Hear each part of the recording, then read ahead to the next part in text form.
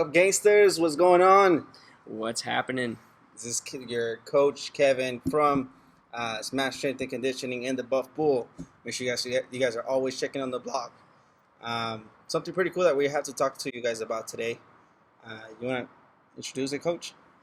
Yeah, so this is retired coach. Back in my heyday, Coach Fitness. Cody Boshby, some of you might know me, some might not. However, yeah, today what we're going to talk about is this, I guess, husband and wife, and the wife had a kidney issue, and the only donor that matched her kidney, or most convenient and relevant one, was her husband. However, her husband was overweight and obese, and he had a deadline, of course, to give his wife his own kidney. And in order to do that, he had to, go through the hoops, leaps and bounds, and lose some weight, and become a healthy or more fit individual, so he could save his wife's life. Now you guys can always check on the at the bottom of the video. We're gonna post the resource or the website where you guys can actually check the story out. I think it was a pretty cool story. It sounds like a Beauty and the Beast type of thing. Like I don't know how true that is, but I mean it sounds cool to me. Yeah, right? It's pretty heartwarming. I mean, the guy you'll see he goes through a couple times and keeps getting turned away. He's like, hey, you still didn't lose enough weight, or hey, your blood pressure. What was it? You changed the tire that morning or something? I changed think so. In the story, and one day went to his appointment, but he changed the tire that morning, so his blood pressure was supposedly a little high because of that. I mean, I don't know. Your heart pressure or your blood pressure shouldn't rise that much changing a tire anyway in the first place. That's how you know he's overweight. But right. I mean, we did a little bit of research yesterday with Coach Bouchpriest here, and one of the things that we found out is, well, first of all, let's introduce what is the job of the kidney. The main job of the kidney is obviously to extract any waste from the blood and balance your fluids, like through urine and the important functions of your body.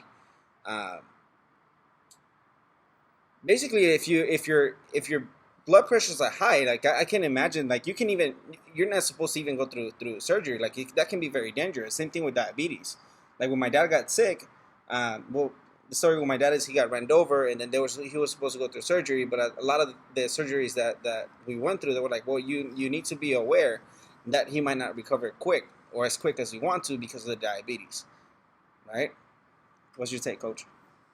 Yeah, no, I mean, my family, I got a history of it. High blood pressures in the genes. I mean, it doesn't lead to anything. I mean, if you're an anxious person, you're gonna have more angst, and yeah, if you have health problems, it's definitely going to escalate that. Right.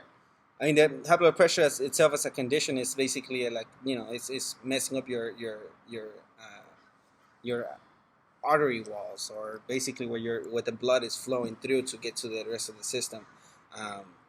So this is good to discuss because we have to discuss basically type 1 and type 2 diabetes and the difference between the two. So what is type 1 diabetes, Coach?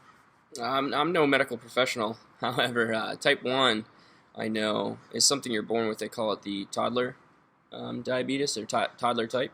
And then type 2 is something you develop through your diet, or we call it more like the adult diabetes. Right. I remember, I don't know if in your family, like in my family, when I used to stuff my coffee with sugar, my dad's like, "Damn, bro, like you're gonna become diabetic." Yeah. That's the way I think of it. But it was more like behind that message, he wasn't. I know that they weren't saying, what's it called? Sugar causes diabetes. No, not by any means. Like sugar is not the only thing that causes diabetes. Like diabetes is caused by basically you continuing bad eating habits and then not doing anything about it, right? So that's important too. Like, what do you think? Or what would you say would be a good way to lower your blood pressure? Well, I mean, back to what we were talking about before, higher blood pressure. You got high blood pressure, your blood's working hard to get pushed through your body, and what's pushing that through your body is your heart. So, Of course, that is a leading risk, or going to be a deciding factor, is your heart is going to be overworked, leading to more health issues down the road. I mean, we always hear about heart attacks and heart issues, strokes, things of that nature. Right. But yeah, just to lower your blood pressure, I mean, through fitness and health, your diet, of course, is going to contribute to that as well. Right. I mean, I think sometimes not too many people can appreciate the fact that that working out is essential for the body to function good, and that your eating habits have to become, that you have to have good eating habits in order for you to have good blood pressure, prevent yourself from any cardiovascular diseases like diabetes, um, and I'm thinking of the percentage of people right now that are suffering from diabetes and high blood pressure, right?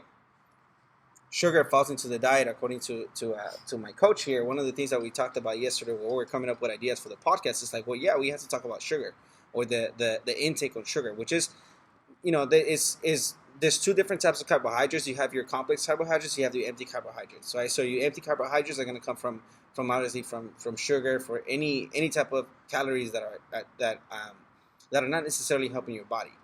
Right? Then you have your complex carbohydrates, which is something like, for instance, like pastas, which is essential anyways. Right? A lot of people are going to tell you, well, you have a low carbohydrate diet and you're going to lose weight. Well, you still need carbohydrates, because you have to have some type of like energy source where your body can actually use for whenever you're working out, whenever you're enjoying yourself with your family, like that. All that stuff is essential. But the thing behind this story of the guy with the wife and everything is like, in order for him to save his wife's life, he had to get fit, right? Mm-hmm. So he had to go through diet. He had to go through exercising. He had to go through all these essentials, which, again, all this stuff can be preventive. Like if you decide to change your habits early, hopefully that makes sense. Yeah, right? I mean, do you know where these individuals are from? You remember reading that? What location? I don't remember. I feel like it was southeast.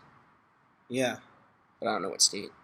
Nonetheless, I mean, going back to, we talk about where is diabetes rampant or health issues more leading, and usually it's low poverty areas. Right. And due to the food that's available for them, I mean, yeah. I'm thinking of. I was just gonna say that too, because if you think about it, like, do you ever see a Trader Joe's in the middle of Inglewood? A Trader Joe's or a Sprouts or I don't know, Whole Foods. No, it's going to be fast foods or convenience stores with everything's just doused in sugar and. Right. It's not about it, and I said in my blog too. Like, I don't agree with people saying like, oh, well, you should be happy with the way you look. It's not about that. It's more about like, well, what's the quality of life that you're gonna live from here on? Like, are you still gonna be eating like shit, basically? Are you worry about seeing your kids grow? Do you worry about seeing your grandkids? Because at the end of the day, like, once you pass 50 and then you have diabetes and high blood pressure, you're gonna have to depend on pills. Yeah, I mean, right?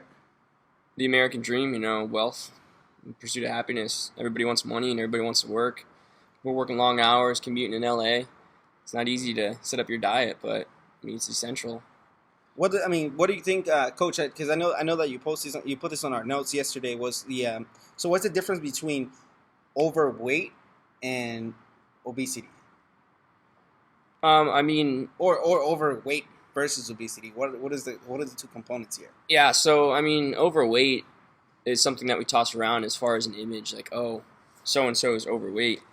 But obesity, I mean, there's still a national standard of what obesity is based off of. Obesity is, we're talking more health issues. Overweight, we're talking like body fat percentages. Yeah. I mean, which of course obesity is going to be an egregious amount of body fat. I mean, if you look at now the personal if you ever see a personal trainer, like,